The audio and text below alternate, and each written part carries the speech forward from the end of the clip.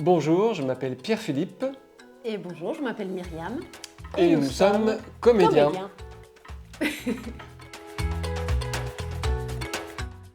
Nous avons été envoyés à Madagascar en 2023 et en 2024. Notre rôle, comme comédien, en fait, c'était de faire des ateliers théâtre auprès des enfants des écoles primaires.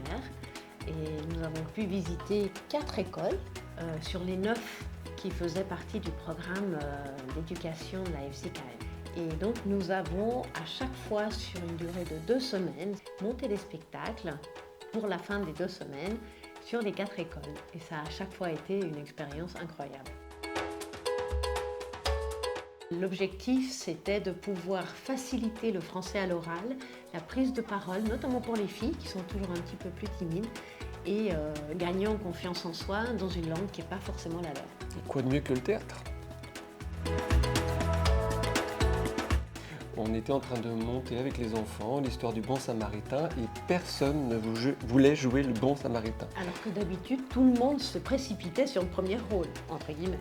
Et puis, nous avons demandé à chacun, et il y a un enfant qui a bien osé dire oui. Seulement, un maître, accompagné de sa maîtresse, commence à nous dire « Oui, mais cet enfant, il est un peu spécial. » Alors nous, on n'avait pas vraiment remarqué.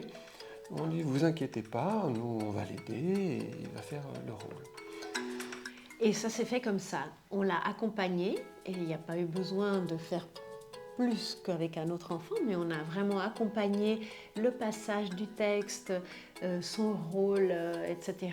Et cet enfant a eu une présence extraordinaire, des gestes, ça me touche encore d'en parler aujourd'hui, extraordinaires.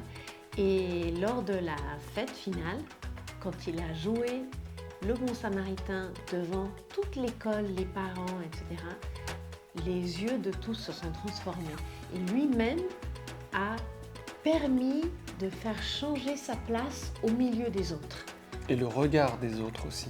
Le maître et la maîtresse ont vraiment eu un regard différent sur cet enfant. Et c'était une expérience très forte et très touchante. Nous étions l'année dernière à Antananarivo, une petite école au milieu du plateau, entourée de champs dans la brousse. Nous avions prévu tout un magnifique programme de travail avec les enfants. Les 7 jours de la création, plus Caïn et Abel, plus la tour de Babel, enfin il y avait beaucoup. Bref, quasiment toute la jeunesse pour la petite école d'Antananarivo. Et donc, fort de ça, nous nous attaquons le premier jour avec la première classe et nous commençons à raconter l'histoire et à jouer avec eux et à les embarquer. Et au fur et à mesure, on voit qu'on les perd en fait. Et ça parce que le français n'était pas arrivé jusqu'en brousse ou très très peu.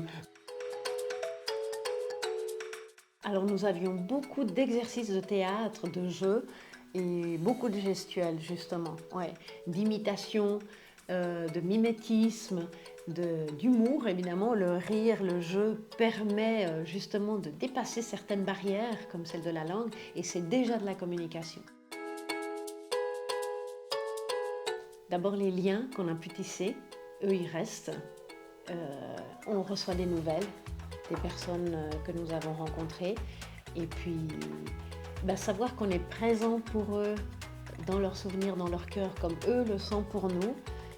Ça, c'est un lien extraordinaire. Ce qu'on a gagné dans l'expérience du partage ne peut pas disparaître. Ça, on ne pourra jamais nous l'enlever.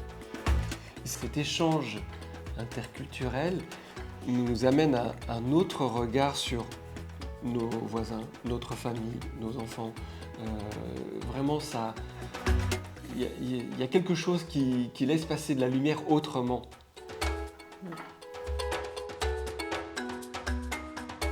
Soyez vous-même et prenez ce beau risque parce que ça peut que vous apporter du bon et du bien.